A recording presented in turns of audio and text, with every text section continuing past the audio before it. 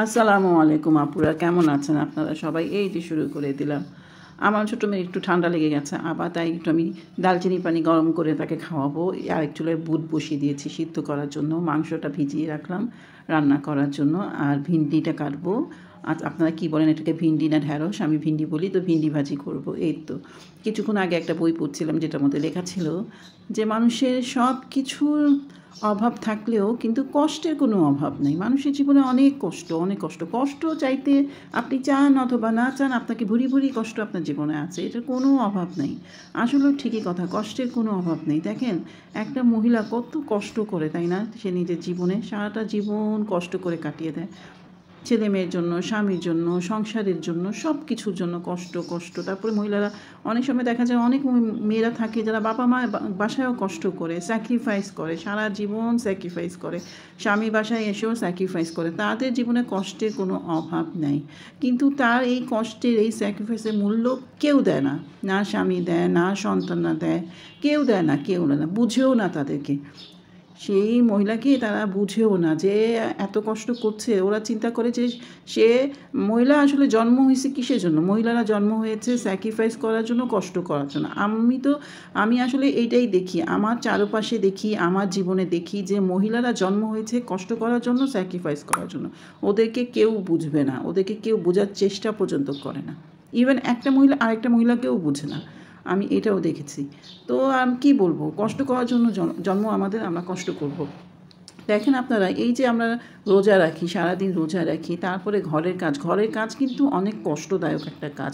অনেক মহিলারা তো আছে চাকরি করে এসে আবার ঘরের কাজ করে, তাদের কত কষ্ট চিন্তা করে দেখেন, কত কষ্ট। আর আমরা যারা বাসায় থাকি, আমাদের কি কম কষ্ট? আমরাও তো কষ্ট করি, সারাটা দিন আমাদের কাজ করতে করতে চলে যায়, এত কষ্ট। আর মানুষরা যারা বলে যে বাইরের কাজ থেকে ঘরের কাজ সহজ, না, কে বলেছে ঘরের কাজ সহজ? আমি তো বলি যে বাইরের কাজ থেকে ঘরের কাজ অনেক অনেক বেশি কঠিন। এটা পরিশ্রম লাগে, খাটতে হয়, শরীরকে খাটাতে হয়। আমি এটাই মনে করি।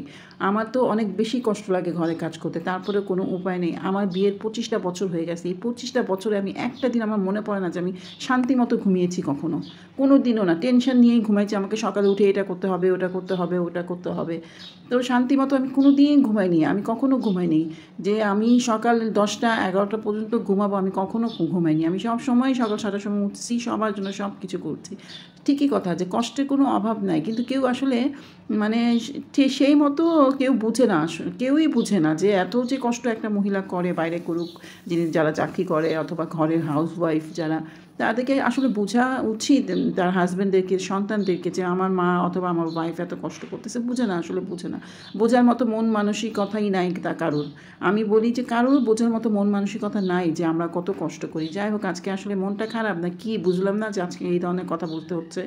আসলে মনের ভিতরে কথা বলে ফেলাই উচিত, মনের ভিতরেই ছিল এই কথাগুলো, যেগুলো বাহির করা উচিত না হলে তো মনে হয় হার্ট অ্যাটাক করে মরে যাবে, এরকম অবস্থা। যাই হোক, আমার মাংসে আমি আলু দিয়ে দিয়েছি। আসলে আমার এই ভিডিওটা হয়তো অনেক ভাইয়ারাও দেখবেন, অনেক বাচ্চারা, ছেলে মেয়েও দেখবে। বাবারা আর ভাইয়ারা, আপনারা একটু চেষ্টা করবেন ঘরের মহিলাদেরকে সুখ দিতে, শান্তি দিতে, তাদেরকে রেস্ট দিতে। তাদের রেস্ট দরকার, অনেক বেশি দরকার তাদের রেস্ট। তাদেরকে একটু রেস্ট দেওয়ার চেষ্টা করবেন, আপনারা বোঝার চেষ্টা করবেন, বাবা মাকে বোঝার চেষ্টা করবেন, ওয়াইফকে বোঝার চেষ্টা করবেন, করা উচিত। এরা আসলে মহিলারা রোবট না যে ওরা 24টা ঘন্টা চরকির মতো ঘুরতে থাকবে। ওরা কিন্তু আসলে রোবট না, ওরা মানুষ।